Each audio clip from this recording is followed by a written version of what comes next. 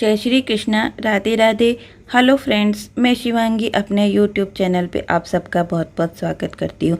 आज मैं आपको श्रीमद् भागवत गीता के 18वें अध्याय का महात्म्य पढ़कर सुनाने जा रही हूँ, जिसको सुनने मात्र से मानव को सभी यज्ञों का फल प्राप्त होता है। तो चलो शुरू करते हैं। सबसे पहले गणेश जी का स्मरण कर लेते हैं। ओम गंगणपते नमः। ओम गंगणपते नमः। ओम गंगणपतये नमः। ओम गंगणपतये नमः। ओम गंगणपतये नमः। श्रीमद् भागवत गीता के 18वें अध्याय का महात्म्य। पार्वती जी ने कहा, भगवान आपने 17वें अध्याय का महात्म्य बतलाया, अब 18वें अध्याय का महात्म्य का वर्णन कीजिए। महादेव जी ने कहा, गिरि नंदिनी चैतन्यमय आनंद की धारा को बहाने वाले 18वें अध्याय के पावन महात्म्य को, जो वेद से भी उत्तम है, श्रवण करो। यह संपूर्ण शास्त्रों का सर्वस्व, कानों में पड़ा हुआ रसायन के समान तथा संसार की यातना जाल को छिन्न भिन्न करने वाला है। सिद्ध पुरुषों के लिए यह परम रहस्य की वस्तु है। इसमें अविद्या का नाश करने की पूर्ण क्षमता है। यह भगवान विष्णु की चेतना तथा सर्वश्रेष्ठ परम पथ है।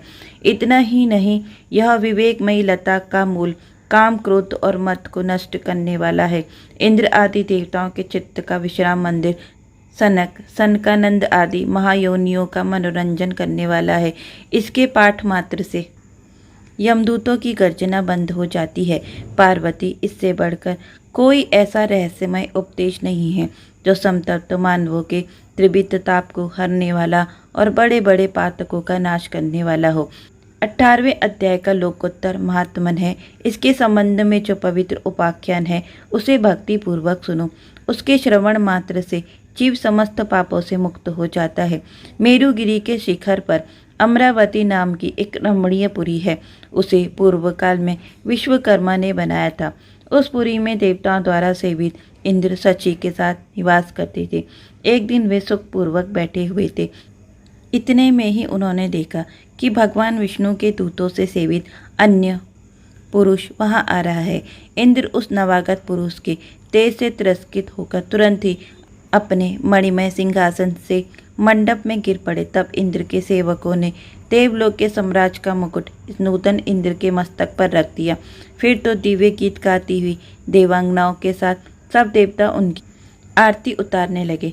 ऋषियों के वेद मंत्रों के उच्चारण करके उन्हें अनेक आशीर्वाद दिए। गंधर्वों का ललित स्वर में मंगलमय गान होने लगा।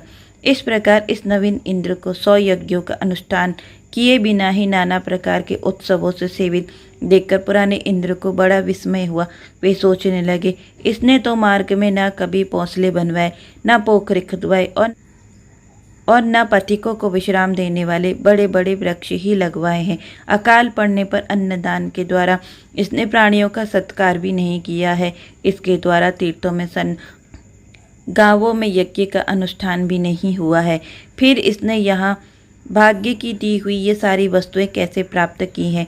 इस चिंता से व्याकुल होकर इंद्र भगवान विष्णु से पूछने के लिए प्रेम पूर्वक क्षीर सागर के तट पर गए। वहां अकस्मात अपने साम्राज्य से भ्रष्ट होने के दुख निवेदन करते हुए बोले, लक्ष्मीकांत, मैंने पूर्व काल में आपकी प्रसन्नता के लिए 100 यज्ञों का अनुष्ठान किया। उसी के पुण्य से मुझे इंद्र पद की प्राप्ति हुई थी, किंतु इस समय स्वर्ग में कोई दूसरा ही इंद्र अधिकार जमाए बैठा है। उसने तो ना कभी धर्म का अनुष्ठान किया और ना यज्ञों का। फिर उसने मेरे दिव्य सिंहासन पर कैसे अधिकार जमाया है? श्री भगवान बोले, इंद्र के व गीता के 18वें अध्यायों में से 5 श्लोकों का प्रतिदिन पाठ करता है। उसी के पुण्य से उसने तुम्हारे उत्तम साम्राज्य को प्राप्त कर लिया है। गीता के 18वें अध्याय का पाठ सब पुण्यों का शिरोमणि है। उसका आश्रय लेकर तुम भी अपने परम पद पर स्थित हो सकते हो। विष्णु भगवान के वचन सुनकर और उस उत्तम उपाय को जानकर इंद्र ब्राह्मण का वेश बनाए गोदावरी के तट पर गए। वहां उन्होंने कालिका ग्राम नामक उत्तम और पवित्र नगर देखा, जहां काल का भी मर्दन करने वाले भगवान कालेश्वर विराजमान है। वहीं गोदावरी तट पर एक परम धर्मात्मा ब्राह्मण बैठे थे, जो बड़े ही दयालु और वेदों के पारंगत विद्वान थे। वे अपने मन को वश में करके प्रतिदिन गीता के 18वें अध्याय का स्वाध्याय किया करते थे।